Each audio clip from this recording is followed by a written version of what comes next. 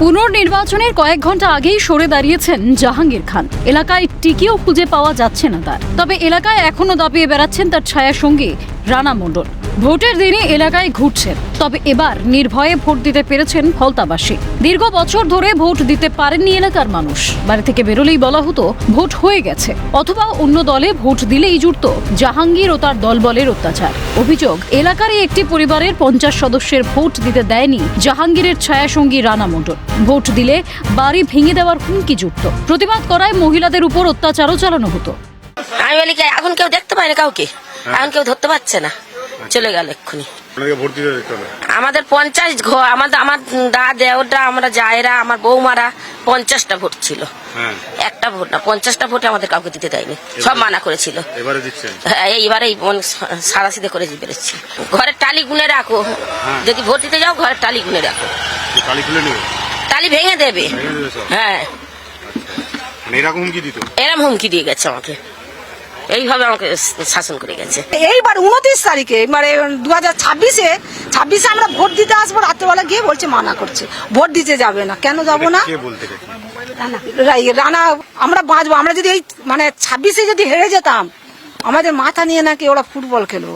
একটা চুল্লি বানাবে বলেছিল, অভিষেক এসে বলে গেছিল চুল্লি বানাবে। আমাদের ওখান থেকে টানতে টানতে আমাকে নিয়ে গেছে রাস্তার উপরে, মেন রাস্তা থেকে আমাকে নিয়ে গেছে থানায় নিয়ে যাবে বলে।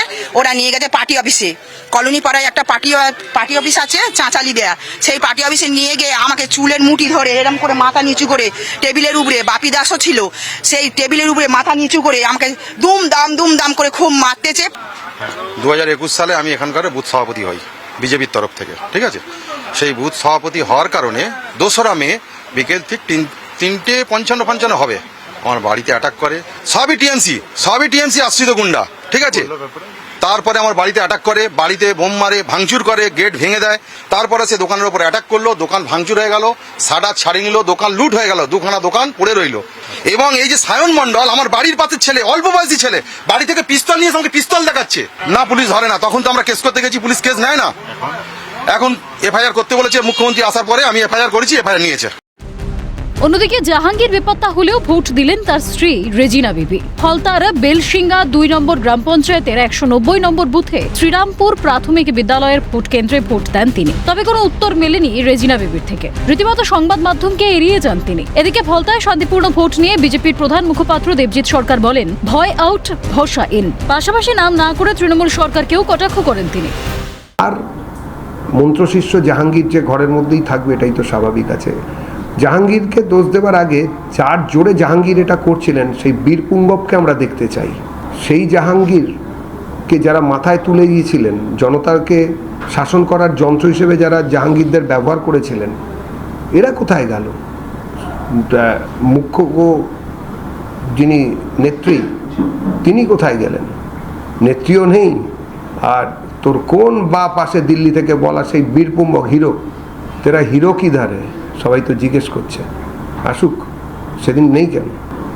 ভয় আউট, ভরসা ইন, এই স্লোগানকে সামনে রেখে মানুষ বিশ্বাস করতে শুরু করেছেন যে ভয় না পেয়ে গণতন্ত্রের যে পতাকা, সেটাকে উড্ডীন রেখে ভোট দেওয়া যায় এবং গণতান্ত্রিক পদ্ধতিতে নিজের পছন্দের দলীয় প্রার্থীকে ভোট দেওয়া যায়।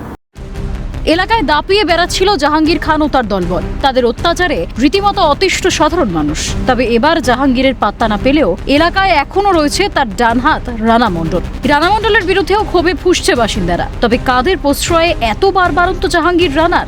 এর পেছনে কোনো বড় মাথা রয়েছে, উঠছে প্রশ্ন। ক্যামেরায় জনি মণ্ডলের সঙ্গে মফিজুল ইসলাম ও অরিজিৎ মণ্ডলের রিপোর্ট, ক্যালকাটা নিউজ।